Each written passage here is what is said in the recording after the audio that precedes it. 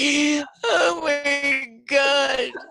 All right. All right. The button has been hit. Okay. The button has been hit. Been hit. Okay. And we're still here. Sonia, it was brought to my attention that I laugh too much. Who said that? No. Did someone say that? You know what? They said that about me and Emily on their show as well, because we laugh so much. Mm. And we had to address it, because laughing is medicine. Of course it is. It is amazing medicine, and it's just so good for your body and your mind. And if people really looked into it and see the science of it in terms of what happens with the body when we laugh, they would do it more. They would really, really engage with it more. And not only that, this life is so challenging. There's so much that you're dealing with that you have to laugh. You have to laugh at yourself. Sometimes you laugh at the things that are really serious or you think are really serious. So, man, that's what's gotten me through. I laugh. I can laugh at stuff that happened to me years ago, things that were really serious then. I laugh. And why do we laugh? Here's how my laughter comes in. I laugh when I look at the manner in which or how invested I was in the character at the time, whether you're being a victim, you know, this other person did this to me and I don't know why. There's a point where when you come to realize, or you hear yourself, and it becomes funny because you realize, man, I've really bought into this. I'm really this character and somebody's doing this to me. And the minute you really get it, it shifts so much in your life. You can shift realms, shift the space that you're in, and you enter into a completely different opportunity, a different experience. But the more serious we are, and the more we hold on to what's being done to us, is the more it feeds. It's like a feedback loop. It just keeps feeding back the same kind of frequency to you over and over. But when we laugh, guess what? The energies around things sort of, they dissipate. They break down. They're not crystallized like that, but the seriousness of it is what crystallizes it. That's what we call the focus, the observer effect. So your seriousness crystallizes reality, or whatever it is you're focusing on, whatever it is you think is just so serious, you're crystallizing it so that you can continue to have that same experience with it. But when you laugh, it just kind of, it shifts it, it changes it. So I hope that was a great explanation for anybody out there who think we laugh a lot. Yeah, okay. Yeah. All right. So, in case you haven't guessed it, Sonia Barrett is in the house, and she is a documentary filmmaker. She is a lecturer. She has a website. It's therealsoniabarrett.com. And before I screw up the introduction, we simply there you go again, laughing. No. Yeah, because last time I really screwed it up. I don't even remember what you said the last time in the introduction. So, yeah. So it's okay. It's okay. Okay. So, Sonia, disempowerment of humanity. That has been going on for a long, long time. And when I listened to your teleconference, the one that you uploaded to YouTube, there you talked about the pyramids, and there is a strong belief out there that those pyramids were done by aliens. Of course, it couldn't have been us because we are so little, so insignificant, so stupid. And I'm not claiming this is true, but I will just throw it in here. What if we built the pyramids and the aliens stole our technology and and made sure that this great civilization vanished? So right from the get-go, somehow we always get hammered with this idea that we are so insignificant. Yeah, I don't even remember. I've done so many, whatever it is, videos on YouTube. I can't even remember which one that is. But yeah, that is a thing that's been drummed into us, is the fact that we are less than, and the fact that we always have to have an intermediary, from a religious leader to the work world to a doctor that's assigned to you, that obviously the work world, the corporate world, but there's always someone there that knows what's best for you. And so I think in general, we have this idea of being so insignificant and so small on so many levels. And of course, that has only served to cause us to be even more dumbed down and to operate as if we are very diminished. Um, Simply because that's how we've opened ourselves um, to limited and limiting perceptions and perspectives about reality and about ourselves and what's possible. So that's been going on for a while. But as far as we're talking about like who built the pyramids, I think we do have this automatic, it's a given that we could not have been involved. Now, I think we also have to realize that human beings have existed in different capacities, different levels of strength, of superhuman nature, of where we maybe were more engaging with telepathy, telekinesis. I think there's a whole lot of other aspects to human beings that has allowed them to be able to do certain things. And I think it's like we went through a devolution, as well. And this is where we are right now. Now we're trying to swing back up the other way again.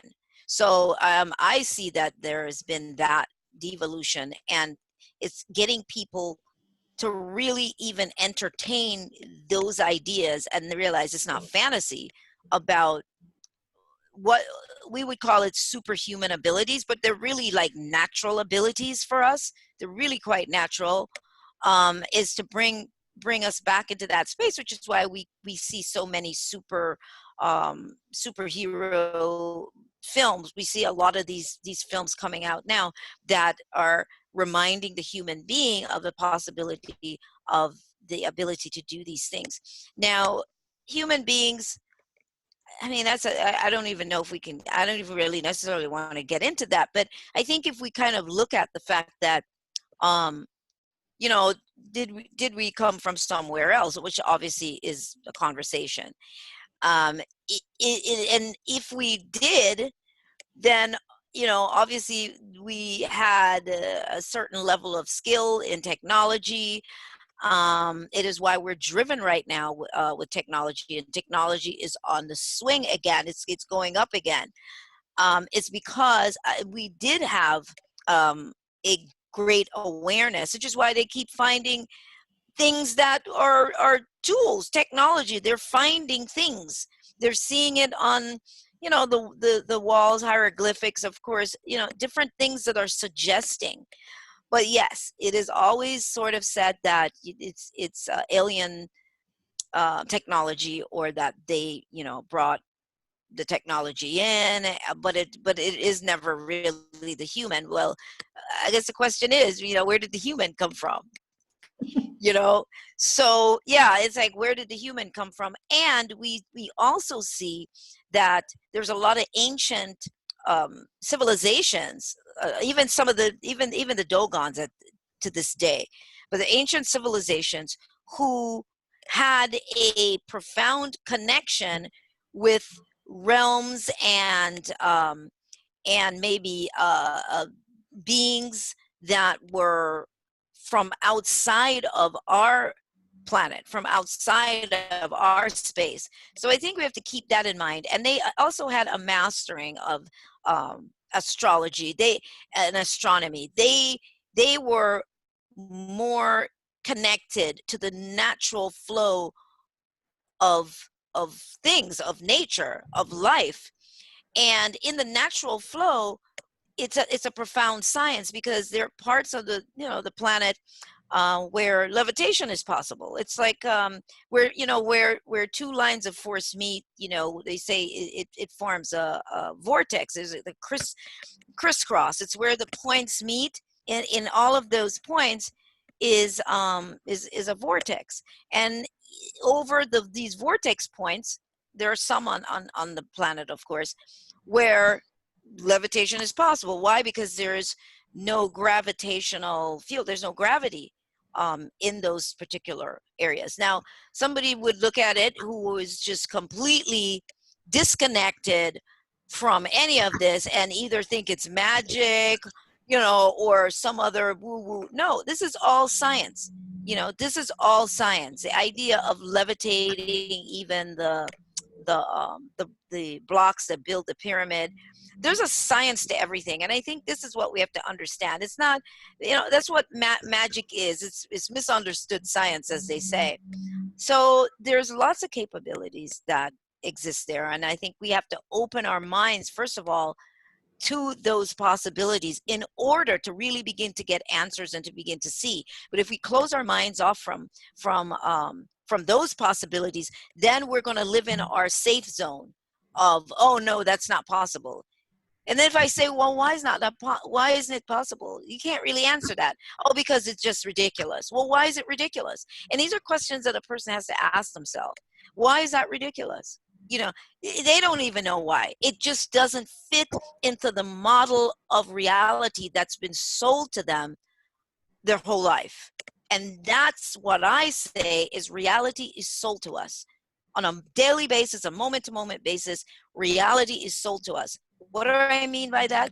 A model and an interpretation of what reality is.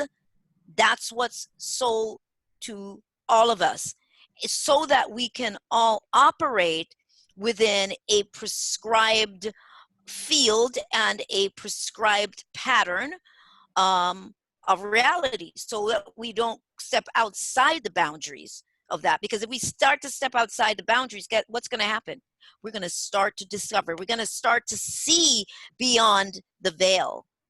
We're stepping outside of that matrix, which is a system. We're stepping beyond that, and then we can see. So we all live in this field of programs, of programmed beliefs, programmed responses, programmed behavior, program perception, a lot of programming around, this collective belief, collective experience, so that we all supposedly are having a common experience. Mm-hmm.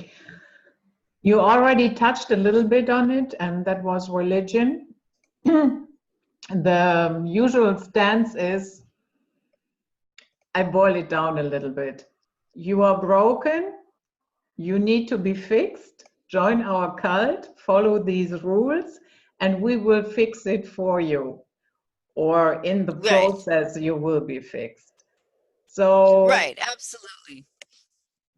That's the model all the way across, and pretty much all religions. Well, first of all, when we think of the idea of religion or any of these organized concepts, that's what it is. There is a concept, and that concept is taught, and you must adhere to that concept if you're going to remain a member. If you're going to be a member, you have to agree to these concepts, remain within those concepts, and don't question outside of those concepts. And that's what I've seen with a lot of religions, because they have to practice within within this framework.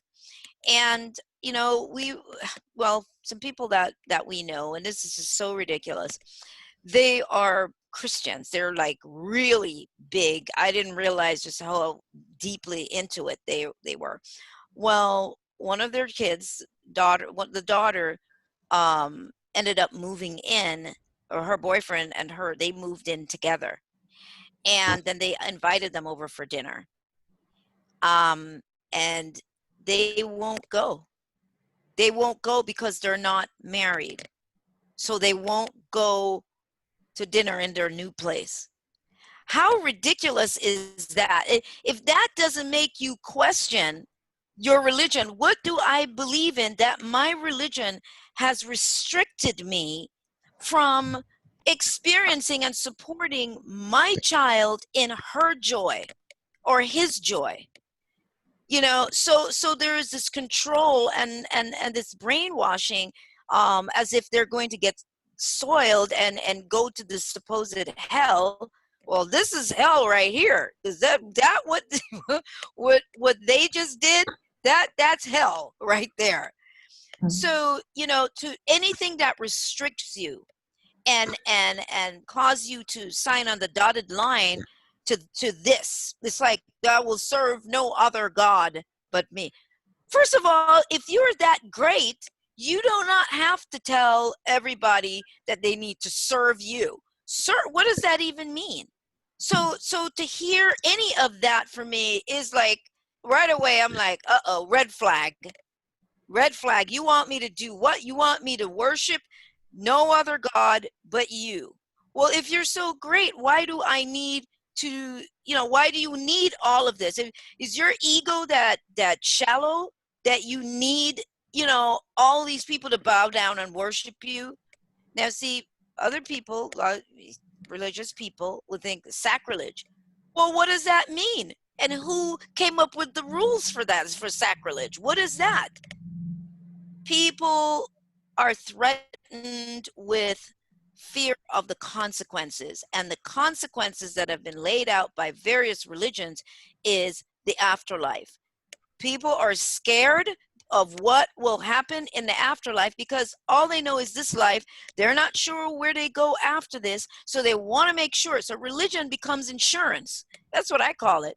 It becomes insurance. Just in case. I better make sure I do this just in case. That's why the priest gives, you know, what is it, the last rites or whatever, even for somebody on death row. Just you have one last shot to save yourself, save your soul, one last shot. So if you do it right now, it's going to be okay. Well, how do you know that? You know, so this is the model that we have, and it's even in the New Age movement. You will get out, you know, outcast if you are not doing things in that certain way, or you're not believing in, you know, certain channeled entities, or, you know, operating a certain way. You know, years ago, it was funny, years ago, this is before the book came out, and I was just kind of thinking about doing a workshop. I didn't have a book yet, but I was thinking about it, kind of stepping out a little bit. And so I was going to get this place. I'm had to be back in like 2000, I don't know, 1 or 2, maybe 2002 or something like that. And so I called this spiritual place center, and I know they rent spaces. And I was thinking, oh, maybe I'll do it there. I talked to her on the phone. And I showed up, and I was not wearing my light worker outfit, apparently. My light worker outfit was not on. I did not have all my crystals. And yet I love crystals. So let me just make that clear. I did not have I wasn't dressed in the character then of a light worker, or what would have been acceptable. I wasn't saying namaste. I wasn't doing any of these things.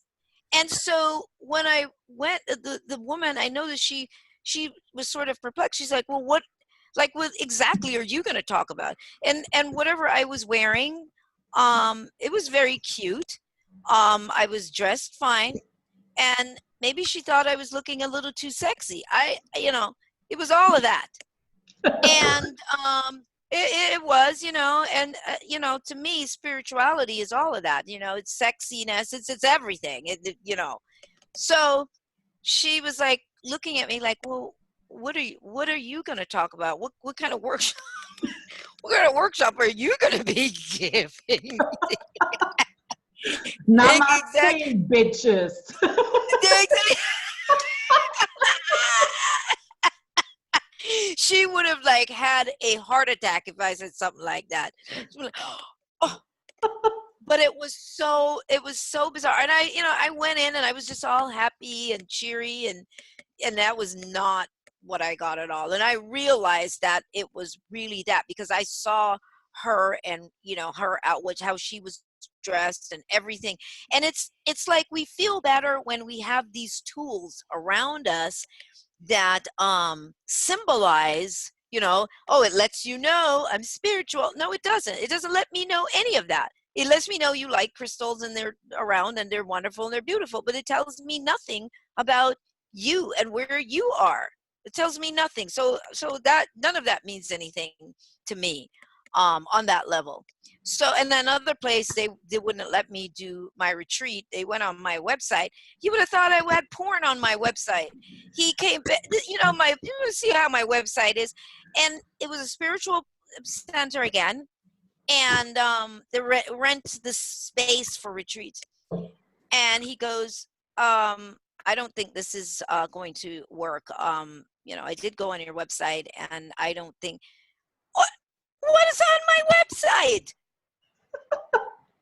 And he said, but there's another place that might be better for you. In the back of the fast food shop.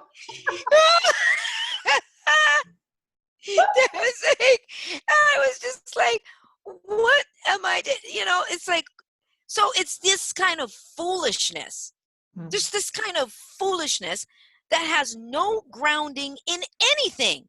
Nothing whatsoever other than what you've read or somebody told you,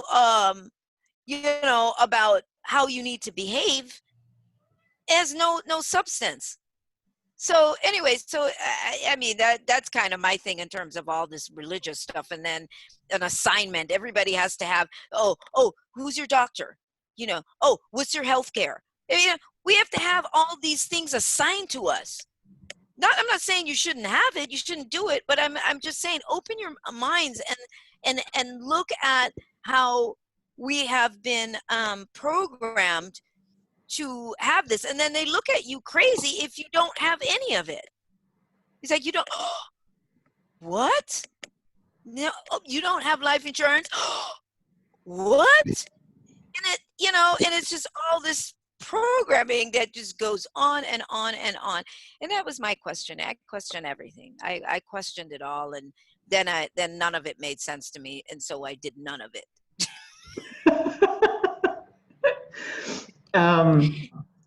Another thing that goes along with religion is usually a savior.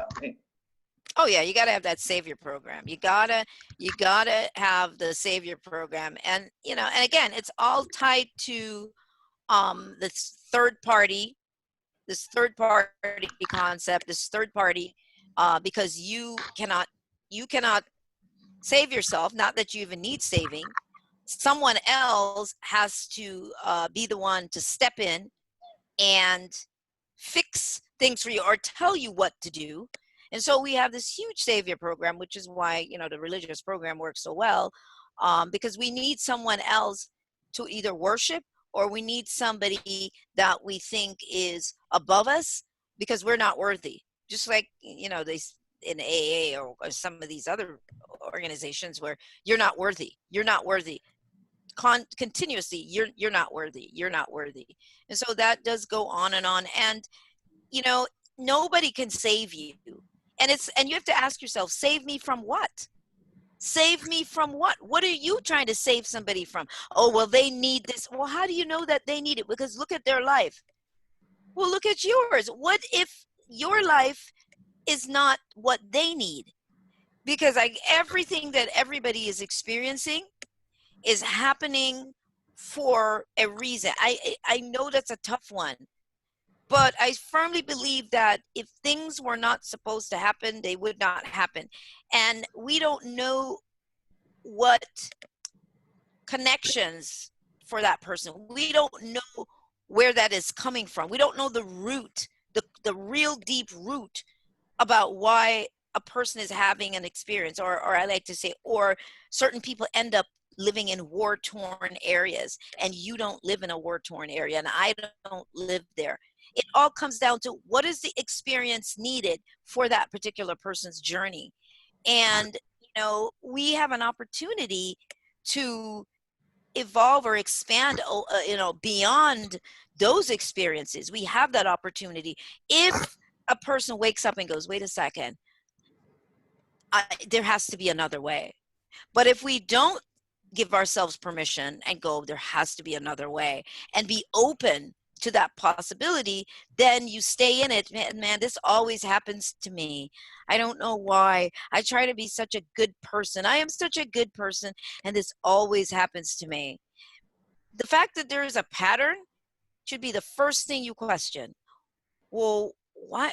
Okay, when does this happen? When did I first notice this pattern of this behavior from relationships, whether it be romantic relationships or relationships on the job, or just with yourself? You stop and you start examining these things. You're going to get some answers, and then you have to be what? True to yourself. To thine own self be true. You have to take an honest look at yourself, not blame, but an honest observation of yourself. Is anybody broken? We use that word fix, but I don't know that it's necessarily fix. It's more of bringing yourself into a wholeness by seeing the things that you've experienced. Everybody has experienced, has their own horrific experience. For them, it was heavy duty. And you look at your reaction, your response to it. You look at, sometimes you can look back, if it was a year ago, a week ago, sometimes you're able to look back and see where you are right now. Because somehow those experiences have gradually moved you into this very moment where you're listening to this show. So somehow that journey is taking you to greater heights, but you have to be able to see it. And this is why when I wrote that little blog about seeing the fruits of your labor, all your experiences, good, bad, and indifference, have borne fruit in some way. And so you don't have to look for somebody to save you from your experiences, save you from yourself, or you're trying to escape, or some people say they're trying to escape the matrix. All of that just serves to bring you more of the same thing. It just serves to bring you more of that. But when you stop and you realize, wait a second, what has this experience brought me? What have I been experiencing? And you kind of surrender to an understanding and a knowing, and you sit with it. Every time you have something intense, if we sit with it and just allow it to pass, know that, yes, as they say, this too shall pass. But when you can sit with it, you begin to hear, you begin to have more of an intuitive insight, and you begin to feel that peace. You will feel something in you, even though you're in the thick of it. You will feel that, and that's what you want to cling to. You don't want to swing out to the part of you like the devil on one side and the angel on the other. One part is saying, yeah, you should be really, really worried, and the other part is going, no, it'll be okay. Well, I tell you what you go with. You go with that part that says it's going to be okay. Because if you go with the other part, it just keeps bringing you more of that. But the more you center, is the quicker your adverse experiences dissipate. That's the quicker they go away, because it needs your interaction. It needs an exchange, positive and negative charge. It needs to have, like, you can't argue by yourself, really. You need somebody else, right? So you have to have this back and forth. Same thing. It needs you to engage with it in whatever way you're engaging. But when you shut down that kind of engagement of judgment, the engagement of judgment, oh my God, this is why is this happening to me? This is like, I'm just so bad, so horrible. Sure, there's a discomfort with the experience. I feel uncomfortable. I can own that. but I know it's going to pass. I know it. I know that it's going to pass. How do you know that?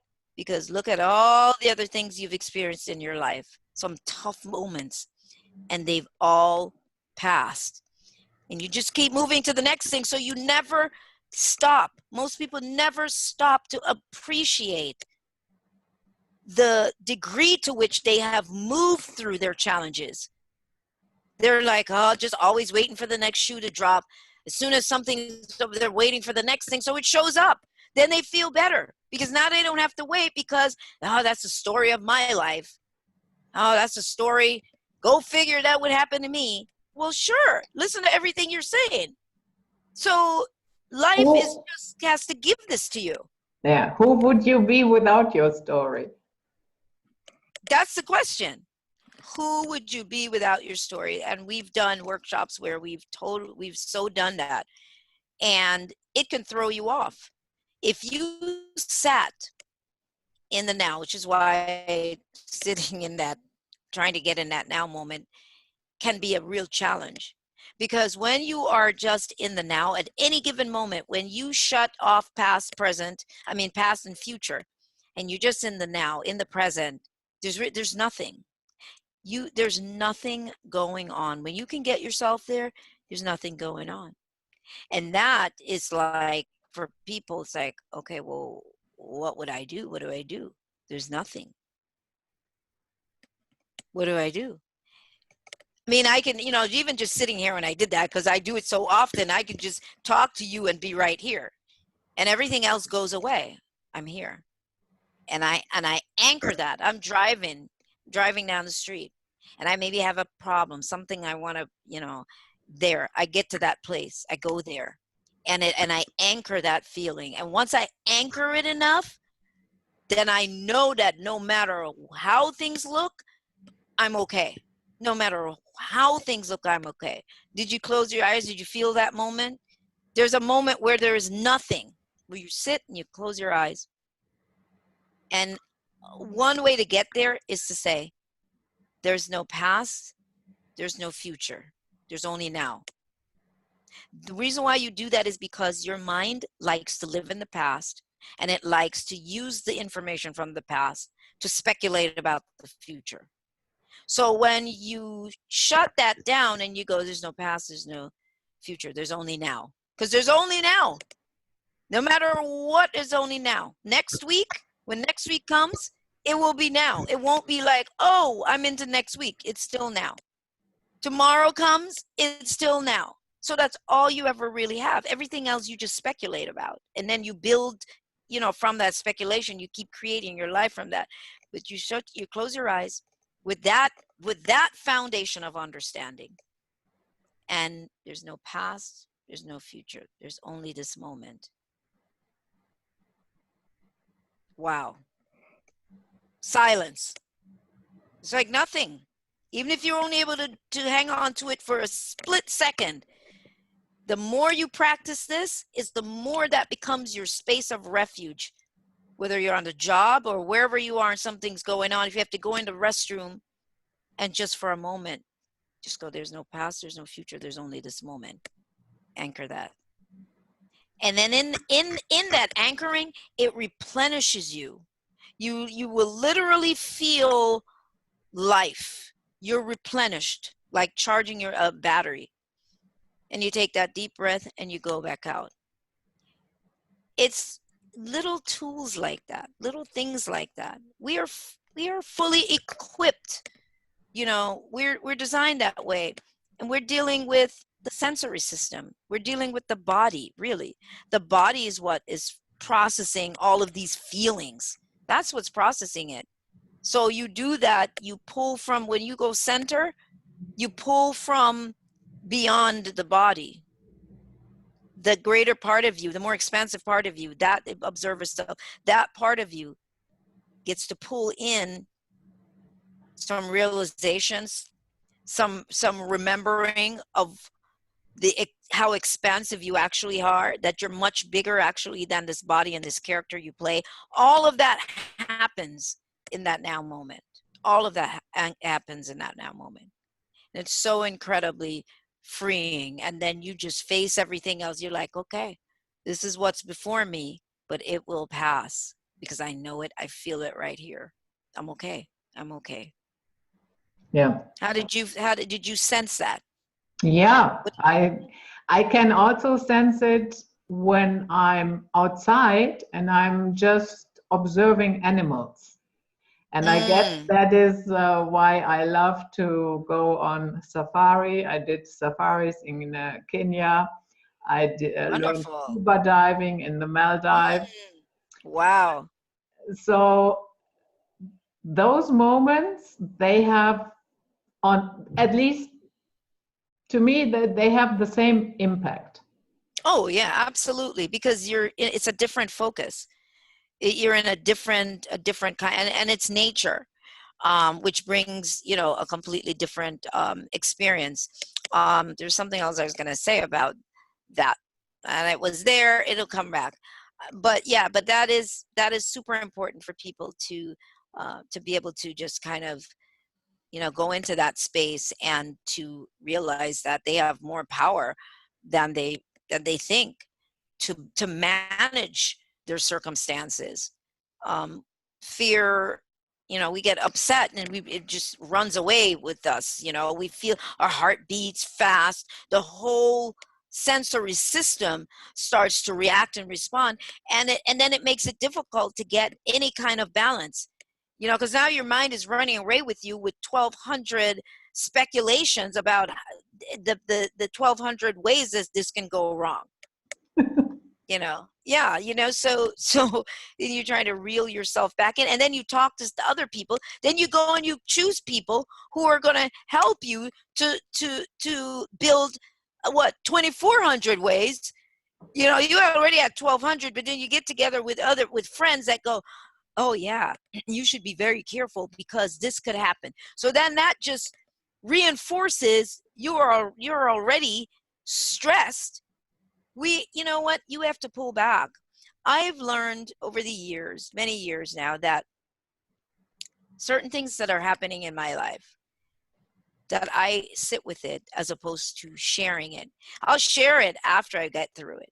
But in particular, if I know that a particular person is going to add to my being upset while I'm trying to focus, then I'm not going to share that with that person. That's just common sense.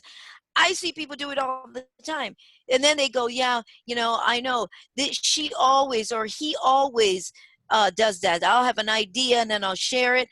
Listen to what you just said. You just said that person always does that. Then why do you keep going back for more?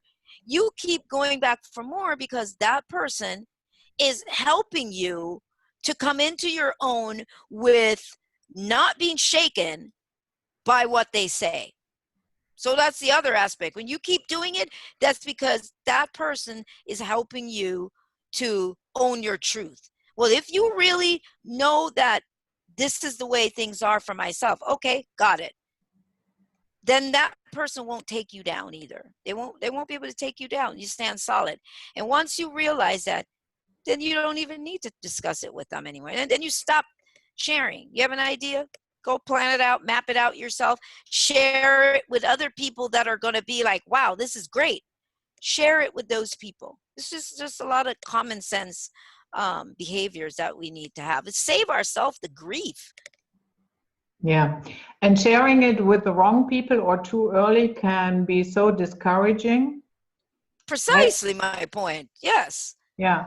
Because let's say when I started this little project here with the YouTube channel, I didn't talk to anybody about it.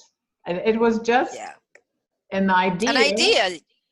And I said to myself, I'm not going to talk about it because I don't want other people to talk it down even when I'm Yeah. absent. Absolutely. Yeah. Yeah, and people do that, that's kind of just particularly if it's something that they couldn't see themselves doing. If they couldn't see themselves doing it, um, misery loves company, as they say, then they don't see, it's true, they don't see how you could do it. Oh, it becomes like ridiculous. But no, it's really the fact that they don't have the courage to do that, to do what you're doing. So yeah, that to me has been one of the best ways. I put whatever it is together, and then, I'll tell you when I'm at a point where I feel okay with telling you. But I'm not going to share it with people that I know that aren't going to support, or be in alignment with the direction that I want to go in. So that's important that people realize that. Don't let people talk you out of your dreams and your imagination and your passion. And sometimes, again, people do it because they want to be talked out of it. They want to be talked out of it because they're afraid to really embark on it. But then this person tells them, well, I don't think that's a good idea. I wouldn't do it. And then they go, well, maybe they're right. But that's just a cop out. That's just a way to validate not doing it. And again, and that was part of one of the other articles there's another article that I had written. Oh, okay. This was actually yesterday's topic, about perhaps your challenges are based on your fear of the possibilities. Yeah, we're afraid. We become afraid of what is possible for us in our lives. We're afraid of what we would define as success. With whatever that might be, we become people. Some people are just afraid of it, and you have to ask yourself, well, when you're able to realize that you actually have a fear of succeeding with your project or idea, you have to ask yourself, well, what does that look like for me? How do I imagine this unfolding if I were to be successful with this? Well, if I were to, then that means I'd have to get a bigger space. I'd have to hire more people. That means I am in charge. What if anything goes wrong? I'm responsible. It's right there. That's too big for them. Without even thinking about all of that, that's the core reason why they're trying to find a way to avoid doing it. But then if they sit and they start thinking about it, well, how do I envision all of this happening? Oh, so this is really the truth of how I envision all of this happening. And then I have to get out there, and then I might have to do a radio interview with Judith. And then I may have to do all of these things, and I'm nervous. I don't know if I want to talk in front of other people. I don't. And all of your fears, they come to the surface, and you get to see. And so what do you do with that then? You approach each thing one at a time. Okay, so none of that has happened yet. None of that. I'm thinking way too far out there. Reel it in. So I have an idea. Okay, I did write the idea down. Okay, now what's the next thing that I need to do to launch the idea? Okay, so I'm just going to do the next thing that I need to do. Just do the next thing. That's it. Just do the next thing and let it all come together, as opposed to driving yourself nuts with speculations and talking yourself out of it. Yeah, and you are already in your mind, you are going bankrupt when you haven't even started. Exactly. What if I run out of money? What if I don't have enough money? What if? Yeah, exactly. You're bankrupt. You haven't even started yet. Oh, and it's going to require this much money, and I don't have this much money. In 5 years, I'm going to need. Well, how about right now? What do you need right now? Oh, you need $40 to get whatever, the mic or whatever it is you want to get your podcast set up. What do you need? Right? Okay, that's it. When I first did my radio show, Sovereign Mind, back then, I don't know if you knew about it then, but Sovereign Mind Radio, that was years ago.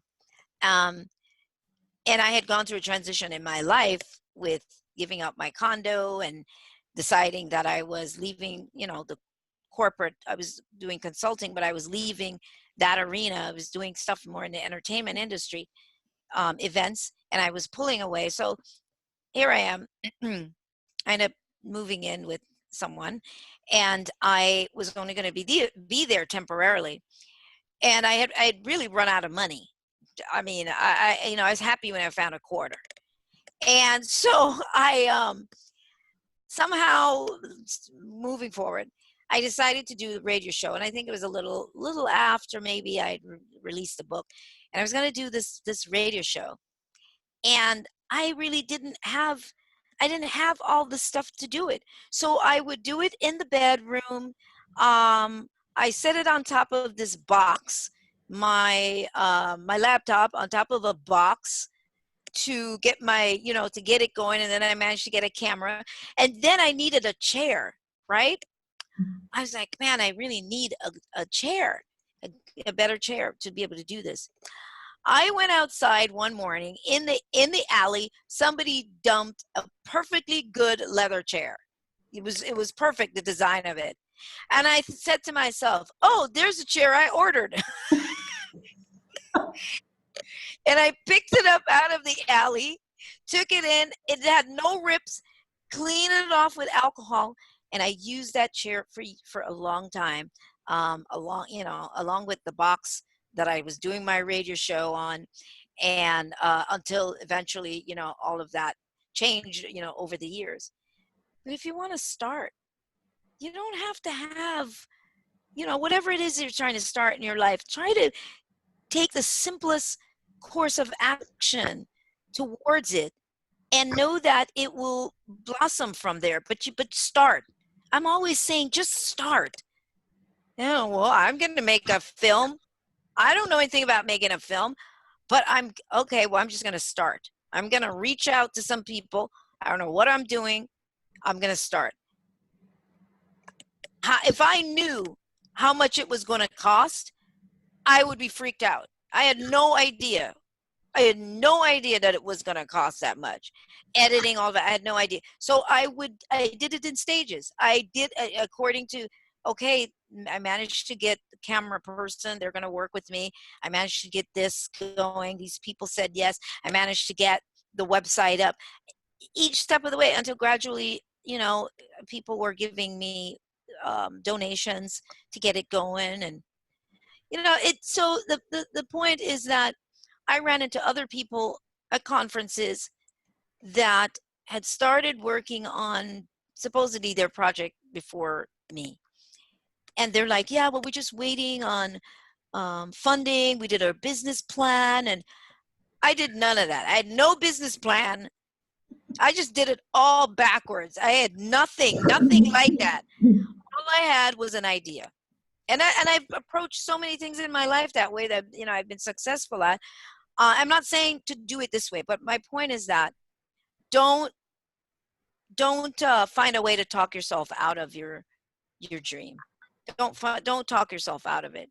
There's always a way. There's always a way. I know, because I will jump on an idea in a minute if I think it's great, and then figure it out as I go along. Then I look back and I go, oh my God, how did I even get here? How did I do that? Yeah. But this is all part of it, the spiritual stuff. So anybody listening, because there's such a variety of people. I've seen a variety of people. I've seen a variety of comments from people on different things. And even shows that get posted on YouTube. I mean, most people, for the most part, people love my work because it does go far and wide into the deepest of the deep to the simplest. But I like to remind folks that when you say, well, I just want to hear about the spiritual stuff. Exactly what are you talking about? Everything you do is the spiritual stuff. Every action you take, everything you do, working on a project, you are actually learning about yourself and expanding your own self through the projects, through the things that you're doing. Make no separation anymore. We're taught to fragment, to keep everything divided. Everything you do, it's all connected. And you get to watch yourself, how you approach your ideas, how you're thinking. You get to hear your belief system. You get to, if you're paying attention, you get to see all of what's in your subconscious mind about yourself as you prepare to move forward with this project. So for anybody listening, it's like, yeah, why is she talking about that? Because it's all connected. It's all connected. And you need to understand that. Otherwise, you're going to have this idea of spirituality, of this thing out there that you're trying to get to, because that's how we're programmed, is everything is always out there, far away somewhere. And I just need to get there. There is no getting there. It's an endless expansion. There is no final moment. The only times there's finality is when you have embraced the idea of finality. Oh, I'm finally there. Well, if you're finally there, then you've limited yourself. You've limited yourself. Oh, I know all of that already. We have to stop, and we have to really take an honest observation of ourselves and embrace the totality of your life. Embrace everything about your life, because it all counts. It all counts. Who you are is being fed through every angle you take, every move you make. Who you are, what your truth is. It's all being shown to you, and you're here to experience. So all your ideas are part of you fulfilling the journey of being here and experiencing. Disqualify nothing. Just disqualify nothing. Hmm. But the fear program sets in very, very early. I remember when I was in my teenage years that So last year, okay.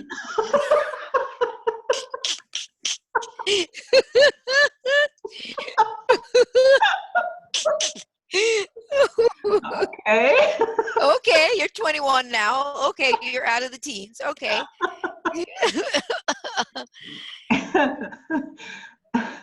Add 40 years to that and you're there.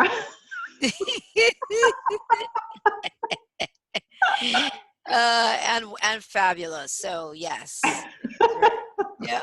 So I had really a thing for archaeology. That is the subject that I wanted to study in university, blah, blah, blah, blah. And of course, then, then the fear program set in via my parents. Oh no, you shouldn't do that.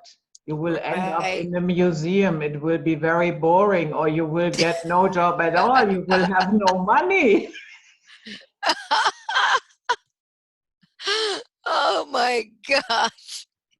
And they mean well. Yeah. Yeah. Yeah. They mean well. It's, yeah. I had my parents did the same thing. I wanted to be a journalist, but then I still made my way back around to writing anyway. So, but yeah, they're like, no. I think their idea of journalists, like I was going to go to different places and get shot. I mean, they must have had some other idea. They're like, that's not a good idea.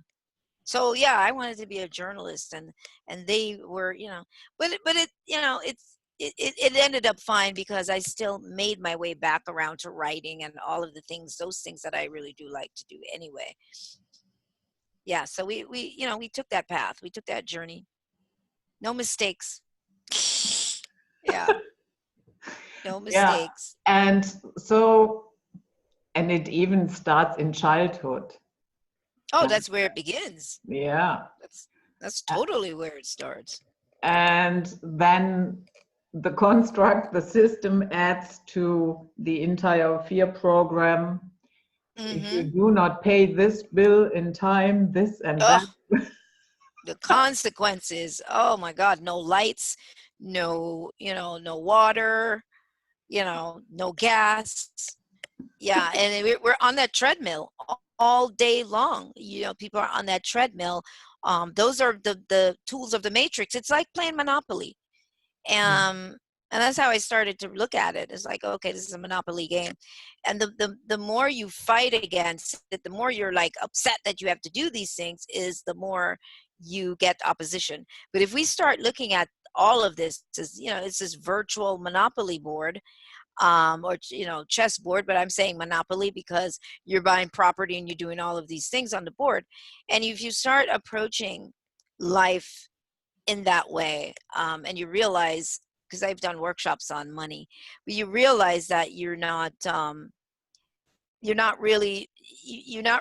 spending, the idea of spending. When you say spend, there's always this feeling, this sense that once I put it out, it's gone. This is how much I had, and now I've spent it and it's gone. That's the fear. It's like, oh, now I have to pay this bill. Now it's going to be gone. That's programming. But if we start to look at it more from, okay, tools in the game, okay, and when I actually pay this bill, I'm actually giving money to myself, because since everything is connected and everything is one, nothing is really going anywhere. It's just, we're playing this illusion. It's like playing shop or doctor or whatever, post office. And I did that when my funds were at then what would be considered, low. I started to do that where I go to the store and I would pay for something and I go, well, actually, I'm giving this to myself right now. I give the card to the cashier or whatever. I'm like, okay, well, I'm just giving that to myself because she is me. So you start to find other ways to connect the dots so that you can remove yourself from the matrix, the consequences.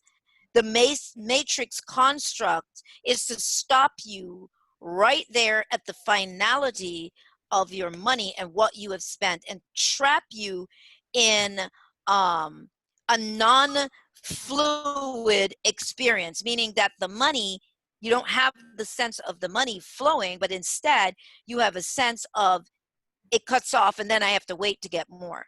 We're not programmed to see that it does circulate, like blood, it circulates, and that what I've seemed to have put out is really just is on its way back in. We don't have that kind of program. So therefore, money becomes this huge catalyst, and the fear of running out of it. It's just this constant fear of not having enough. Even people that are wealthy, they become guarded. So they're still not even free. They're still not free. They're worried, oh, somebody's going to ask me for something. You're going to want something. So they're still in it, even though they've acquired enough in the game to be able to utilize. But the money game is a very interesting science. Yeah. And I had to really study that. A few years back, I decided I just did not want to be a slave to this thing anymore. I was just so done. I was just tired of it, even though I was producing money, doing workshops and stuff, but I didn't want to think about it anymore. I just didn't want to think about,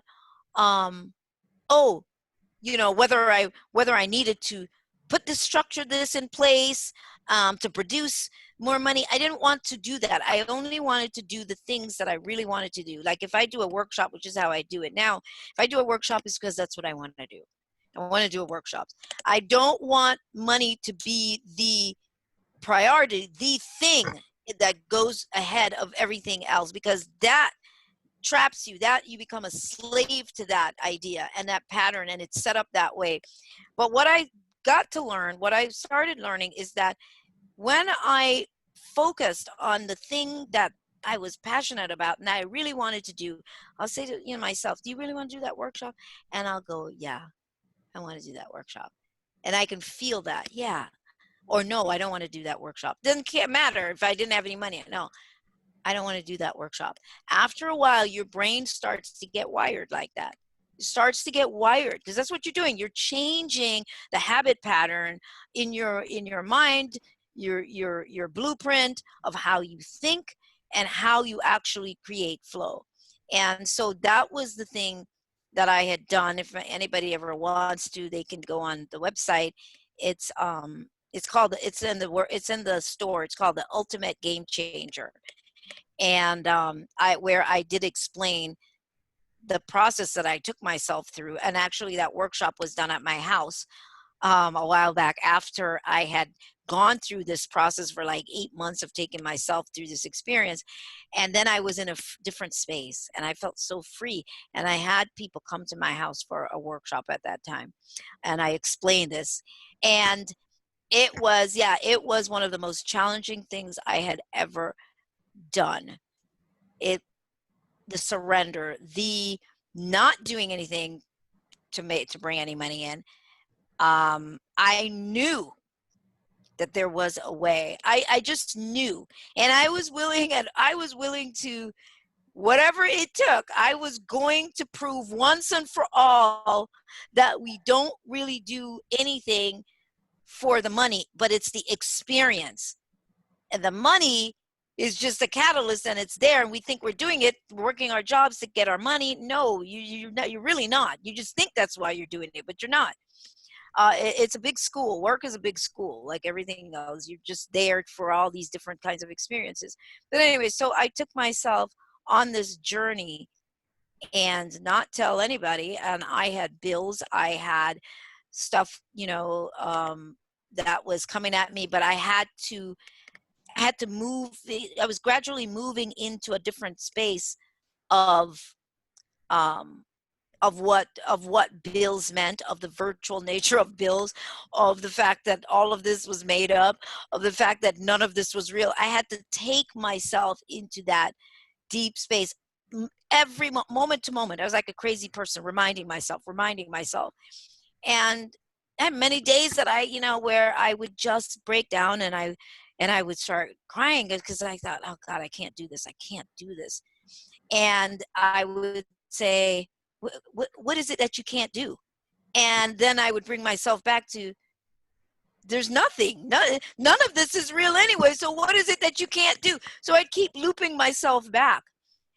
Anyway, so I did that for like 8 months before I really truly broke through. And I was seeing different things happen. One of my favorite ones to talk about is it was my electric and my water bill. That now it was like $1,000 or something like that. It was like pretty big. And I was like, okay, I'm like, technically now I've let go. Okay, so I'm listening. I'm like, okay, so what should I do here? Should I call them? Now I'm just tuning in. I'm just following every next lead that I'm feeling. I'm moving away from my intellectual mind and my robot mind and my automated self. I was moving out of my survival self and tuning in. And it was like, okay, so I picked up the phone to call. And I picked up the phone and I dialed them, and I heard, due to changes that we're now making in our system, there will be no bills going out and no water or power will be disconnected. That went on for months. It was like that. It went on for months. And then when I finally cracked through and broke through this ceiling and let go, and I no longer cared about anything at all because I got it, then money came in. And then I was like in a different space when I was now going to pay these things. I was like, wow. It was someone that out of the blue, somebody I didn't really know them. They knew of my work and they contacted me saying that they were coming in. They were going to be in the country and they wanted to talk to me about working on something. And I said, okay. And I met them. And out of nowhere, the person says, okay, so this is what I want to do. How much is it going to cost to do this? I have, so much. This is how much it's going to cost to get this done. And I was in such a free space. Like, I didn't care. Like, the old self would have been like, okay, we don't want to say too much because what if the person doesn't do that? That's how we think. You don't want to charge too much. But I so now didn't care. I said 25,000. And they said, okay. And it's like, okay, send me your information, your banking information, and then we'll in the next couple of days, I'll send it. I was okay. So then I went home and I was thinking that there were other things that I needed to do. There's other things. And I thought, you know what? So I emailed and I said, well, actually make it 30. I said, make it 30. And he said, okay, no problem. And then I went from 0 to 30 in in a matter of days after I had crossed this bridge, and I had just freed myself, and I would no longer now do things based on a fear of charging too much, charging too little, or whatever. It's like I wanted my life to no longer hinge on money like that. Like I was okay, and you have to be in that space of being okay and not a fear of falling, fear of failing. Oh my God, what if I left that space because I was okay if the ceiling caved in? That's where you have to get to, because there is no ceiling. That's what I told him. I'm like, there was nothing to fall. None of this is real anyway, so there's nothing can really fall. So therefore, I'm okay with whatever happens. And so that was the freedom. And then it started to change. And then I, out of nowhere, then I had another 10,000. I'm so serious. And it all just kind of happened like that. So I didn't plan on telling that story, but I just had to throw it out there because of what you had said. Yeah, I'm glad you shared it. It's wonderful. So this fear program, it even leads to, that some people don't even know what their dream would be. If you ask, so what is your dream? Try to catch it, try to run with it. Then sometimes there is silence. And you know what I mean? That in the process of being adapted here to the system, they even forget that. Well, because it's not really pushed in school, though. Passion is not really something that is pushed, is encouraged. I think people are more programmed to make sure that they either get a good career or, you get a good job, and so you can make a decent amount of money to sustain yourself, really, and to sustain the system. So a lot of people feel that they can't approach any dream that they may have had a long time ago because they're too busy having to focus on survival, which is, food, clothes, shelter, children. I have children, but my kids are grown, but so I understand that process. So I think that you have to hold that in focus. It's like, okay, well, I would like to do this. Maybe right this second, maybe I'm not able to do it right now, but I'm certainly looking at ways in which I can implement it, instead of saying, oh, I come home from work, I'm just so tired, I can't do this. And you listen to all the can'ts that come up. You listen to all the things that you use to keep your dream at a distance, to keep that at a distance. If you really, really want to do something, you will do it. It's the truth. Because when major survival sets in, for example, when you could be in pain, a mother could be, or parent could be in severe pain, but then they get a call or something happens with their child, the pain, they don't even remember the pain, and suddenly, boom, you have the strength of 10 people and you're off. This is how our mind works. So if we're engaging in all the can'ts, then that's where we're going to settle. But if you look at the possibility of how you could actually make it happen, a way gets made, but you've set nothing there to allow possibilities to show up for you to make this happen. You've just put in front of you that I can't do it right now. It's just not possible.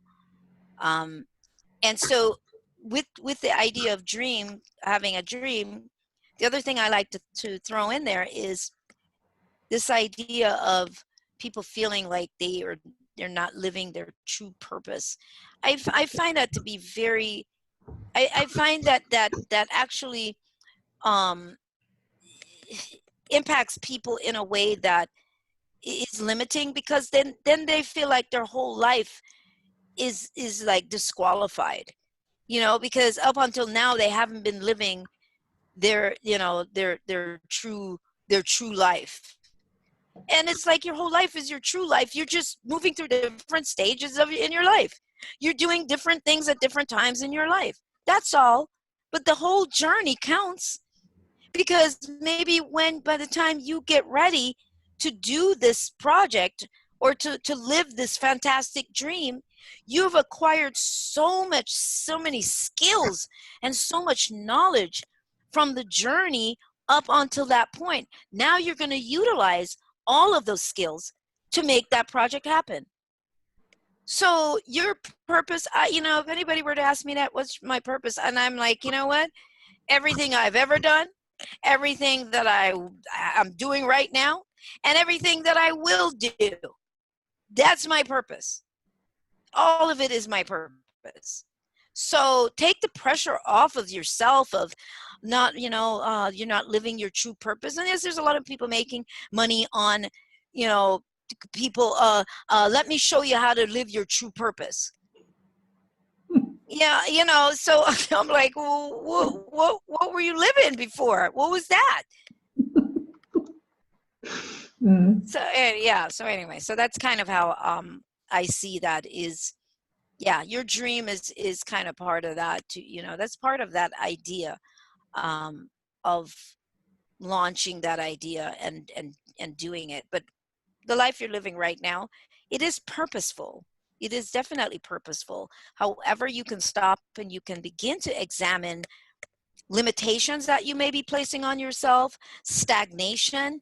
You may now examine, am I happy? Why am I not happy? What's going on in my life right now that is not bringing me joy? How about this relationship that I'm in? Is it worn out and tired? And am I just staying because this, and ask yourself questions. It doesn't mean that you are not living your purpose. Doesn't mean that. It means that right now I'm embarking on something new because I'm asking these questions, because I feel that I'm ready to engage in a bigger version of my life. That's all. Yeah. And sometimes family can become, yeah, frightening as well. Let's say, oh, my son, you know, the last 20 generations in our family, we all have been lawyers. So I guess you know what is expected. Expected. I'm like, okay, well, not your son for real? Your son? No. Oh, I was like, No, okay, your son? no. Yeah. But in And general, yeah, that's, yeah, generation, yeah, we'll hear people say that.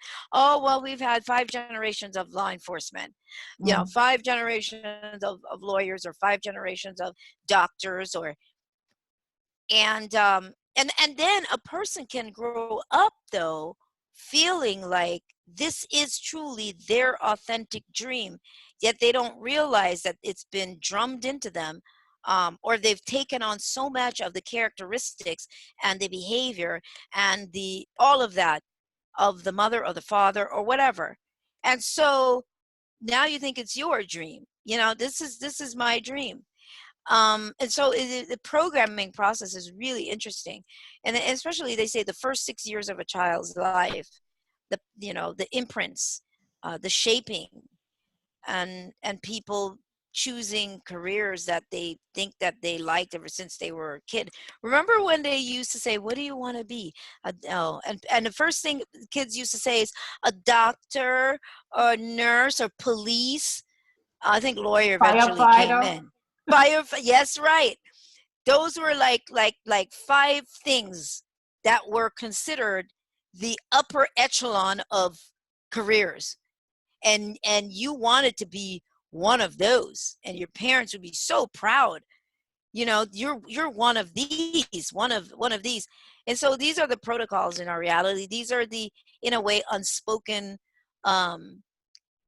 codes of categorizing people, and you know, putting them into this hierarchical system of who's down here and who's up there, who's successful and who's not. And most people, we're programmed to really not want to be part of the bottom down here. Oh, you just don't want to be down there, don't want to be down there. You want to be at least in the middle. And so you have people struggling, striving to try to get to this middle. If nothing else, we want to get to the middle.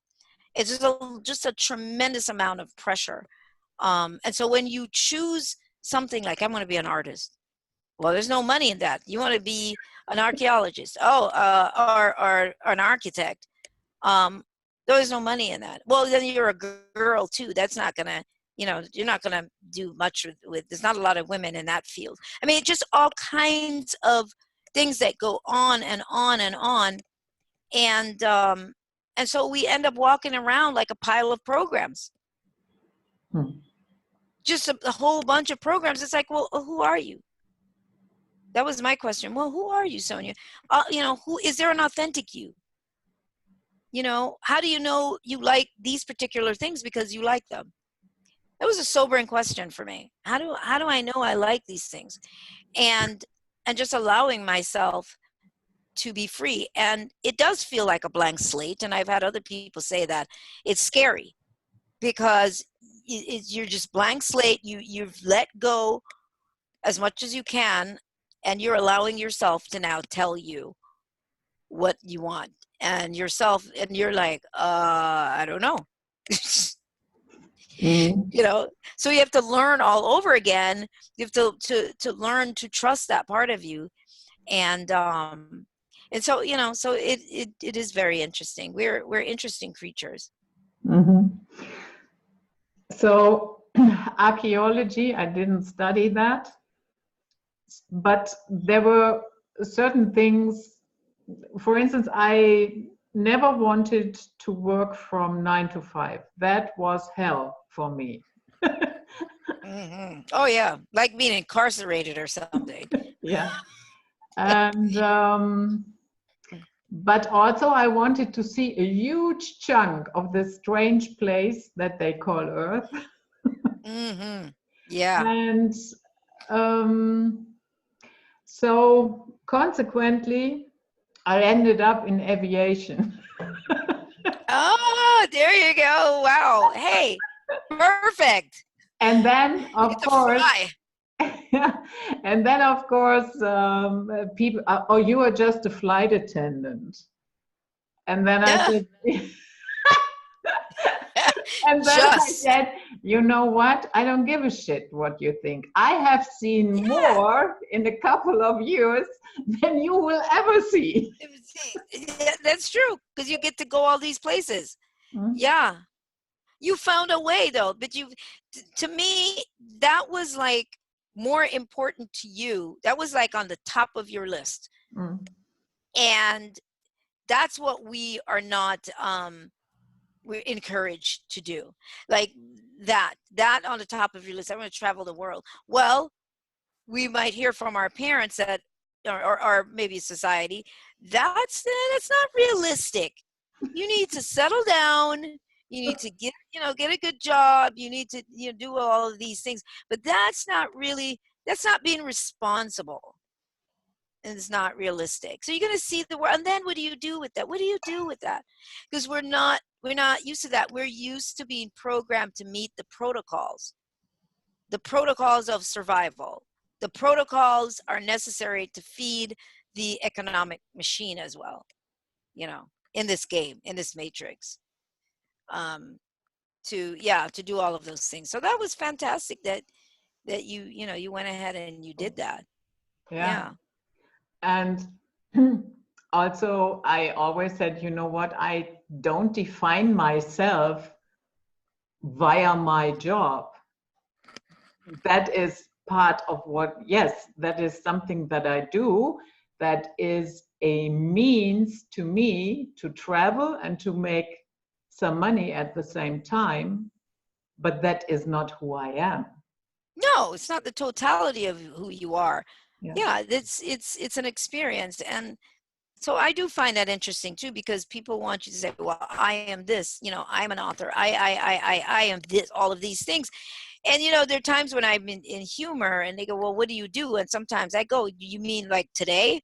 Like right now, like what do I do right now? That may change next week. You know, so I think that it's a way to categorize people. In our minds, we need to put people in categories. We need to, oh, you're a doctor? Oh, we'll put you right over here in this category. Oh, great. You're a flight attendant? Okay, well, you go over here. You go over here. You're a lawyer? Oh, right over here with the doctor. You know, you're a janitor. Okay, over here. But then they get that, the janitor goes down another rung. So it's these categories, and people like to ask what you do so that they can put you in a category. Oh, now they get to say they know this person. Oh yeah, well I know her. Oh yeah. He's a doctor. She's a doctor. Oh yeah, we're really good friends. Or you know, so it's this psychological madness that happens. You know, we most people like they like the association. They like that. Somehow it's like they feel like it brings them up a notch. It brings them up. See, the cat's agreeing. It's bringing them up a notch or two by association, by having these associations. So we're running around in our survival, because that's all survival too, is validation and being accepted, being qualified. They want somebody to qualify their existence.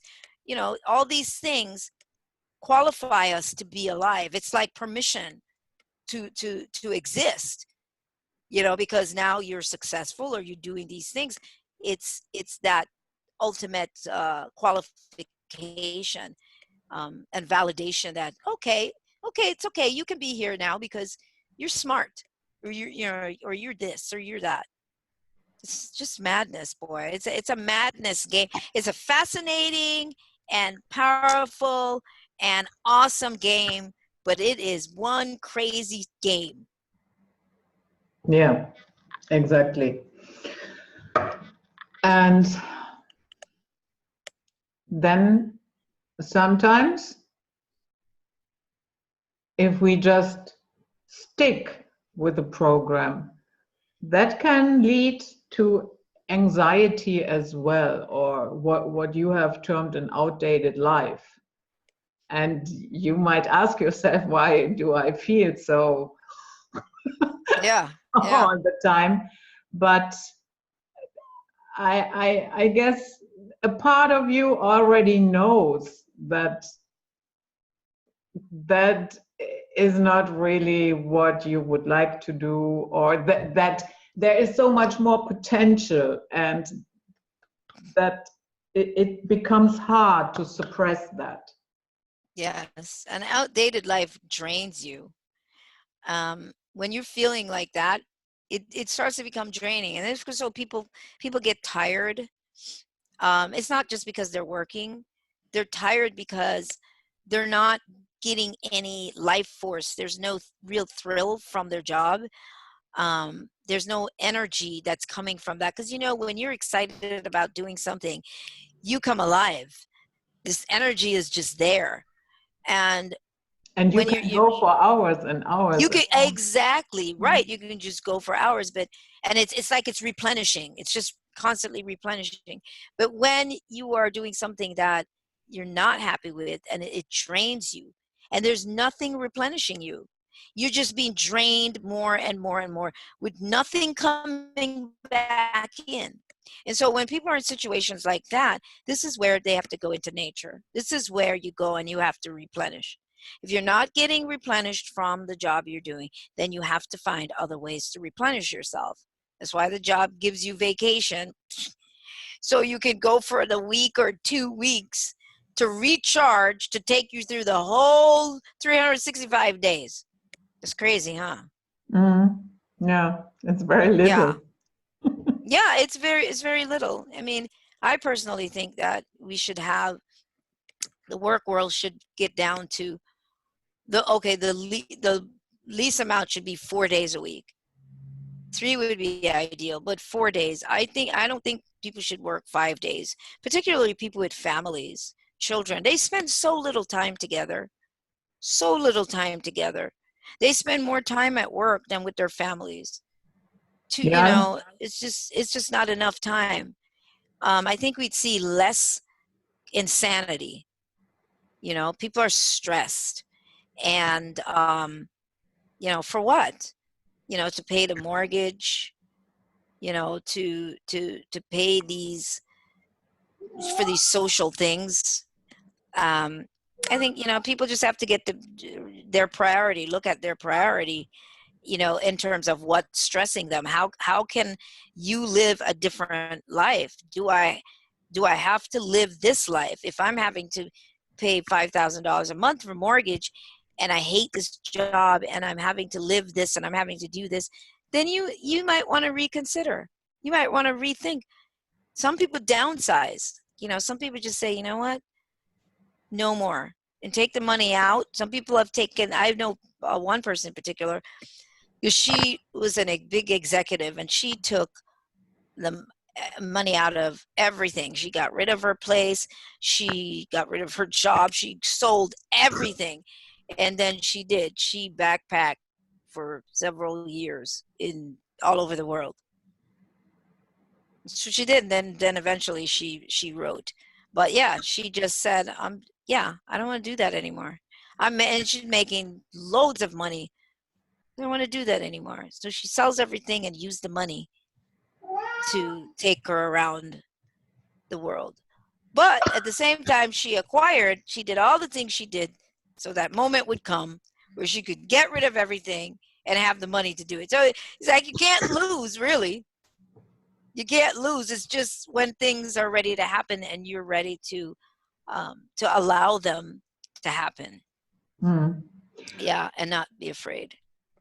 And as you said, I think that is important as well. If you are happy with what you are doing, then that's Yeah, okay. Don't that's let okay. Yeah. And if that means I'm sweeping the floors somewhere, that's okay. Yeah, exactly. That's okay. It's okay. It's somebody has to sweep the floor. That's the thing. Somebody in our world, the way it's set up, somebody has to do everything. Somebody has to pick the fruits, pick the food that is going to get sold, so it goes on people's tables. Nobody's job is should be considered at the bottom, because apparently the only reason why that person has that job is because that job existed and somebody needed to do it. So I think it's just changing our perception on a great many things, and realize just how influenced we have been by social programs, and how have you been evaluating your life, or have you been living your life based on these social protocols, these acceptable ways of thinking and behaving, and how you snub your nose at people, how you look up or look down on people. All of those things are learned behaviors. All those things are learned behavior based on our family and the environment we grow up in, and who's the upper echelon, who's upper class, and who's lower class, and this categorizing. Yet at the end of the day, everybody has blood inside their bodies. And if there's no blood in there, there's no life in there. Blood is life force. And we all bleed. So your money doesn't change that. It doesn't make your blood green unless you're from another planet. It doesn't change anything about the physiology, the inside of the body anyway, the biology. It doesn't really do anything. So that at the end of the day is what you stop and you look at. The other thing that I like to point out is that, because we talk about our civilized society in modern day and all of that, but when we look at it, Judith, when we really examine things, with all the buildings we've put up, and everything is wonderful, and all of those things in the house and the mortgage and all the stuff that we deal with. At the end of the day, in life, what do we need for life to go on? We need the sperm and an egg. We need it's a positive and a negative charge, which we call the male and female. We need two things. We don't even need to have clothes. We just need the two people at least to be impregnate, and they could be outside in the dirt. They could be outside and there are no buildings, and you're naked, and ultimately that's what we boil down to. That's what we boil down to. Just naked beings here, and if we had to, we would we survive outside like we did before. We survive, and certainly they did. Once upon a time, there were no buildings up, but they learned, and it's a different time. But I'm just saying, we now have this programming now that we got to have our cell phones. Oh my God, you're going hiking without your cell phones. Oh my God, you're doing this without your phone. All of the technology, which is wonderful, but we have conditioned ourselves to believe that all these things are just a natural part, like they came with nature. No, they didn't. The only thing that is truthfully our life sustaining force is nature. It provides the food on the trees. It'll even you can even take leaves and cover yourself up if you need to. But ultimately, that's all we have. At the end of the day, there are no buildings. There is only the human being and nature. To me, that's very sobering. It's very sobering because everything else I realize I have because I want them. Not because I have to have them to survive. I want them. I want a roof over my head because I've gotten used to it. I like running hot water. I like all of these things. But the truth of it is, in the pureness of my existence, I am just a naked being. And I could live naked on the planet in nature if I have plants and attuned with nature once again to know how to handle all of those things. And so I think that, to me, it's just sobering, and to realize, eventually when we had buildings, and the reason for buildings was mainly running away from, getting away from wild animals, more so than it was about people. It was more about that kind of protection and shelter. It was more about that. It's not what we have today. Today, it's more of a status. The different kinds of houses that you have, it's become the something next else. level cave. It is. That's what it is. We're just building caves that aren't in the rocks anymore. Instead, we've managed to get the rocks down to make them into bricks and so on, to build our houses that we've just become addicted to that kind of living, and we can love it at the same time. All you're doing is just being honest with yourself, going, okay, I love this human experience. I like it. I love being in my house, and I can fix it up how I want to, but I forget that these are just amazing tools that we've come up with, and it's engaging with the experience, but it is not the totality of who I am. At the end of the day, it's not. Yeah, we can downsize quite a bit. I remember when I traveled through Sri Lanka for a couple of weeks. Everywhere I went, I had cold showers. Yeah. Oh, yeah. You will adapt. This is the thing. We adjust. We adapt. We are survivors.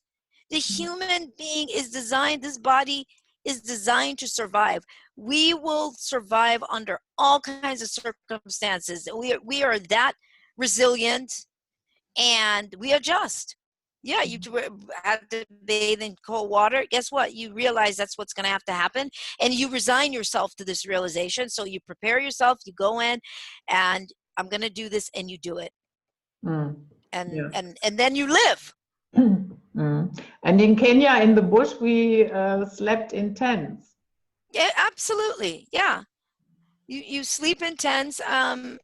You know, there's so many little things. When I hike, depending on, I drink a lot of water in the morning. So if I go hiking early, I try to get the water in. But sometimes, man, I get out on the trail. There's no restrooms, and I've had so much water, and so yeah. So I have learned to find a spot, and I'm perfectly okay with that.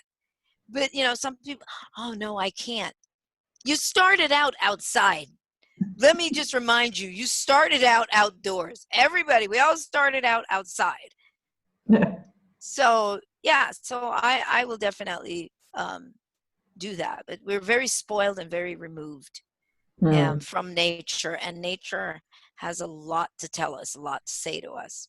Mm. But I will happily admit that after traveling through Sri Lanka and having always cold showers and, you know, everything that Oh goes yeah, along with always being on the road, I spent right. the day and the night before I left back Mhm. home, I spent in a five-star hotel room. Oh yeah, you know what? But at that point you earned it though, because you were a trooper. You did all of that. Now your brain wants to go back to ah a familiar experience. Oh my gosh, because that was an uncomfortable experience. It was fascinating and an adventure, but it's like, oh my gosh, you know, I get to have running water, a nice bed with sheets. Sure. But when that's your when the opposite is your everyday life, they have an adjustment. The people that live like that, it's a heck of an adjustment for them to come and live in our world. Hmm. It's an adjustment. And that's why even people that live on the street now, why most people don't understand, many of those people don't want to come indoors like that anymore.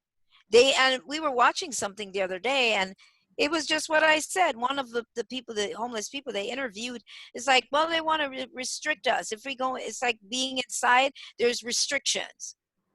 And now there's a responsibility. You know, I'm not saying all of them, but there's some that have just adjusted to it, and they're perfectly fine. You and I don't want to do that because we like our showers and we like to, you know, smell clean and we like all of that stuff. But some people, it's like no, we've been doing this for a while. That's how the human mind is. We change when we change a habit, we change a habit, and that has become a habit. It has become part of them, and they have learned, they have adapted, they have learned to survive out there. That's what we do, and now that's normal. Now that's their normal. But everybody else, the rest of us, are irritated because the mess, the things, you know, that they do, we that's not the experience we want. And so the two are crossing, and they've gone further away from seeing that when you throw things on the street, it makes it dirty. They're moved into a completely different space than where we are. And that's what we need to see, is they need to understand that you've got two different sets of thinking now at work. They're living in one world, even though they're here, and we're living in another world. And so that's insignificant to them. Throwing something on the street, it becomes insignificant. Hmm. I think that is fascinating that you can stand next to somebody and that individual is living in a totally different reality. Oh yeah, absolutely. A completely different reality, and don't want to really cross into yours, and you definitely don't want to cross into theirs. So, and I think it's just for us to understand that instead of, it's not just about trying to get that other person to come back and adapt into your world. And I get it, especially here in LA. Yeah, or I don't know, I think it's everywhere now, but LA with the homeless population, it's people are setting up like tents everywhere. Like in the craziest place by a bus stop. Anywhere, they're just, It's like they've checked out of that's not a good idea to any place is just a place. It's almost like they're not seeing the bus stop. They're not seeing any of that. They just see that they're going to put their tent right here on the sidewalk and they're going to sleep there. There's no distinction anymore between the ground and anything in their minds. We're fascinated when we see that all the time. My husband and I, we drive through. We're like, can you believe that? We drove under the overpass. Yes, was it yesterday or day before yesterday? And we couldn't believe it. Somebody had managed. I don't know how they did this. They had a futon right there on the sidewalk. Under the overpass where cars are driving, they had laid out a futon, set it up like they're inside, like their house, and they could just sleep as if no cars or people were going. It's fascinating. Yeah. You know. I'm very sensitive to the noise of cars. I don't want to inhale all that smog. The smog from the cars, all that stuff. It's like they get immune to it after a while. It's survival. There's things you're just gonna have to shut off. It's survival. That's basically it. And you cannot be sensitive like that and live on the street. You have to disconnect from all of these luxurious sensitivities. Those are like luxuries. And you focus only on food, sleeping, and holding on to your stuff because they have a lot of stuff. That's the other thing with human beings. We love stuff. Our stuff is very important to us. Nobody better touch our stuff. You know, we just love stuff. And so even the people that are homeless, they've got a cart full of stuff. What is this stuff they have? But it's part of the human thing. We got to have our stuff, and they're very protective of their stuff. So it's definitely something to watch. Some of the core behavior that we have. What is this about possession? We like to possess things, and that's where our stuff comes in. Is possession, ownership of things. Again, qualify us, validate our existence. What you have? What you don't have a bed? What you don't have a this? You don't have what? How's it you don't have? And it's like, whoa, how come? You have to have it. And it's like, where's the law? Please tell me where's the law? Well, yeah, it's not that it's a law. You just need it. Yeah, I sometimes have to explain myself why I do not own a cell phone. People find that strange. Yeah, well, because you don't want one. Exactly. That's all. And it's like, it's okay. We don't all have to be doing the same thing. Mm. And it validates and it validates and okays it for all of us to be doing a lot of the same things. That's why religion works so well, why you get to go out and recruit more people, because it validates the religion. It validates that what that person is doing is the thing, because everybody else is doing it. So therefore, oh yeah. And then if you're not doing it, then somebody may have like a little bit of an attitude, like, how are you not, like suddenly you're strange. Like they want to report you. She doesn't have a cell phone. Can't be trusted. People who don't have cell phones can't be trusted. Like, who are you working for? Why don't you have a cell phone?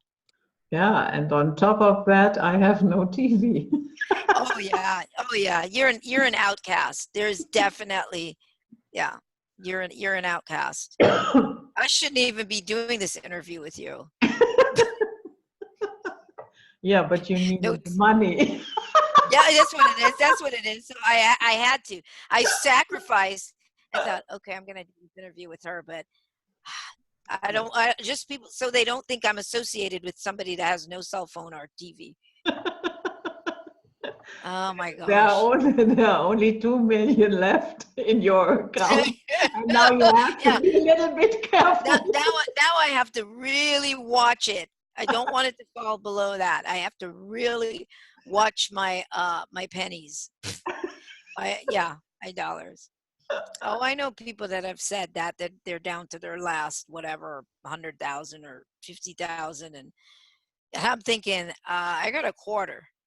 I got 25 cents.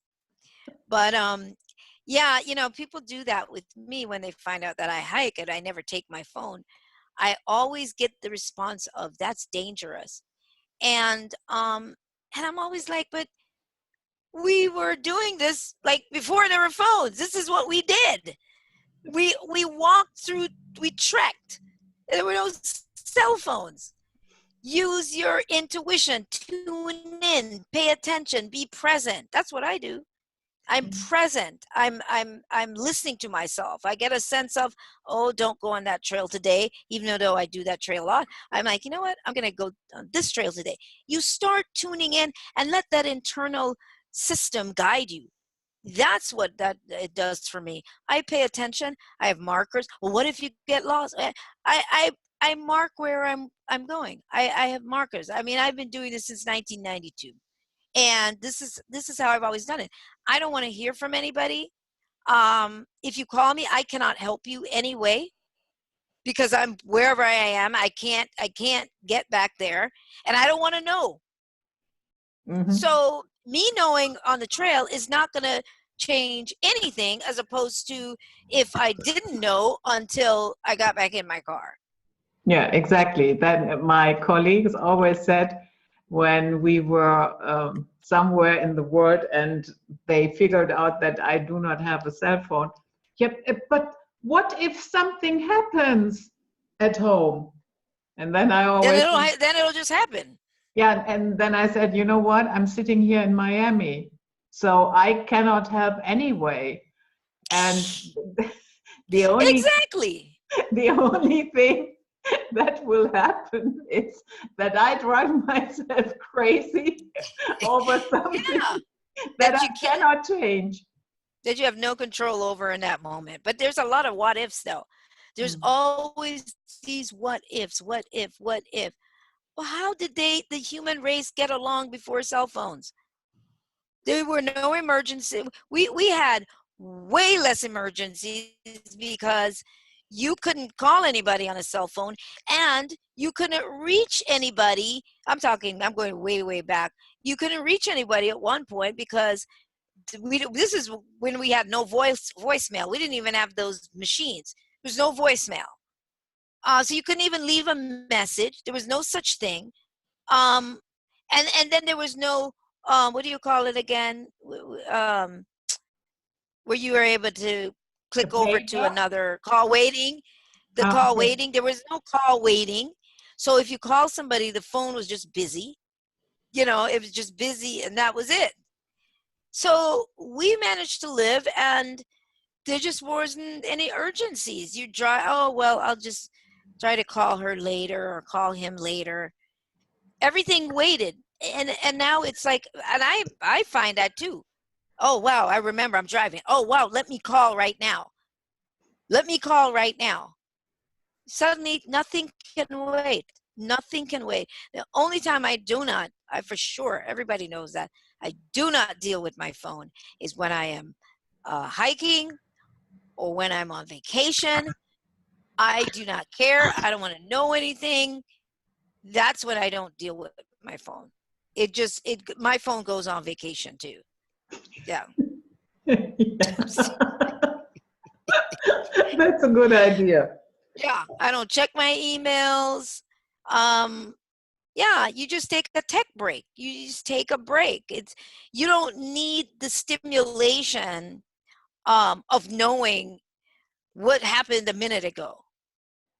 You Yeah, know, oh, I didn't check exactly. my email. Oh my God, I need to. Or people sitting waiting for other people. You're sitting.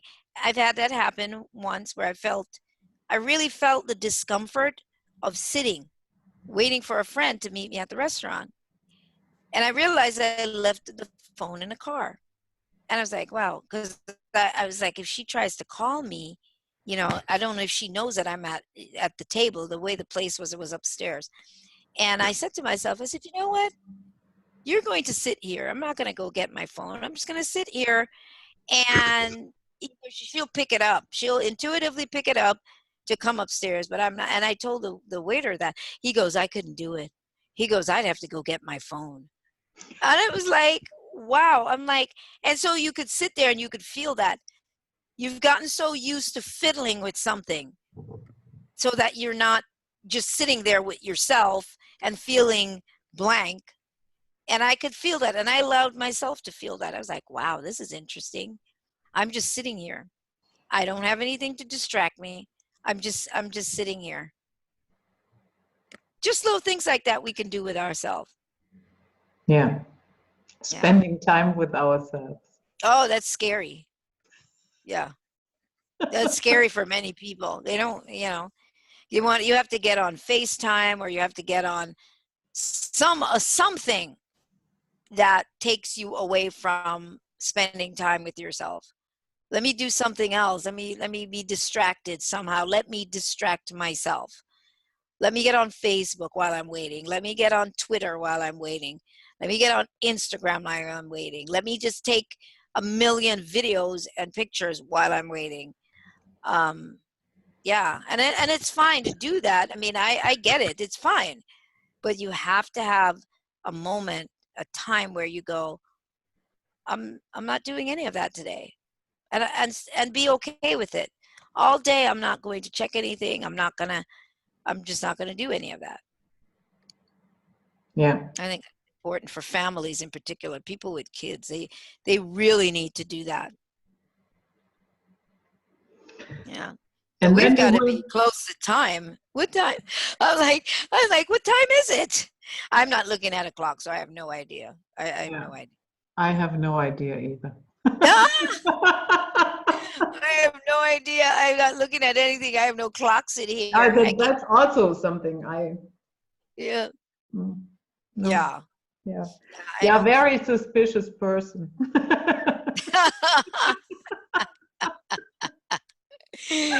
Oh my gosh, that's funny. But usually intuitively, I'll know what time it is, or I'll know when time has passed or something.